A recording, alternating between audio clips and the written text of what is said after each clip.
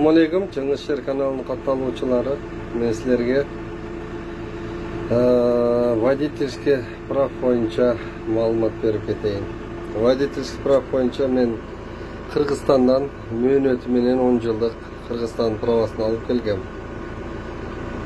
Алып келип, анан кийин экзамен менен окуштун кереги жок. Экзамен тапшыруу эле кайсыл категориялар ачык болсо, ошонун негизинде алса болот. Алып келгенимен кийин праваны алмаштырдым. Алмаштыргандан бул категорияларды ачтырдым мынакей. Мендеги кыргызстанский айдоочулук күбөлүктүн бар категориялары мындай болуп ачылат. Гусеничный, колесный, машина с двигателем мощностью от 25 до 110 деп категориялар бар. Эгер экскаватор айдоочуларга болсо, бул С обязательно болуш керек. С болсо ача берет, С категория менен. Анан кийин эң айта кетчү нерсе, бул категорияны ачтырган менен бул жерде кыргызчасы кандай түшүндүрсө болот? Навесной и подвесной деп коет. Навесной, подвесной деген бул алдыңкы кобуштун эмеси болот да. Жана беларустарда бар кобуштар илген, алдына, артына шотка илет, ошондой сыяктуу. Муну особая отметка деп, буга отдельный башка отдельно окуш керек.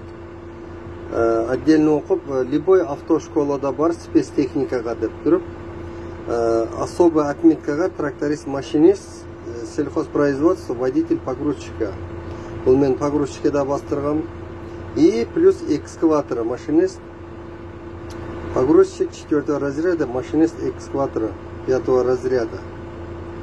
Эми жаңы минип турган убагым болчу. Мынакей. Ошентип российскийни бергенден кийин технадзор буну басып өздөрү жөнөтөт. Эми эгер тааныш күчтүү болуп, фирмалар менен жакшы болуп, через фирма калса арзаныраак түшөт. Мен бул особый отметкага водитель погрузчикке 10 000, машинист экскаваторга 10 000, 20 000 бергенмин. 2,5 ай окуганмын, суббота, воскресенье окуу күндөр болот. Ал жерде мындай эле окутат. Техника безопасность боюнча, жолдо жүрүү эрежелери, иштөөнүн эрежелери, ошону үйрөтөт. Дагы эмнени айтайын? Ошол Кыргызстандан право алып келип туруп алмаштырыш керек, российскийге алмаштырам, экскаватор айдайм деш керек.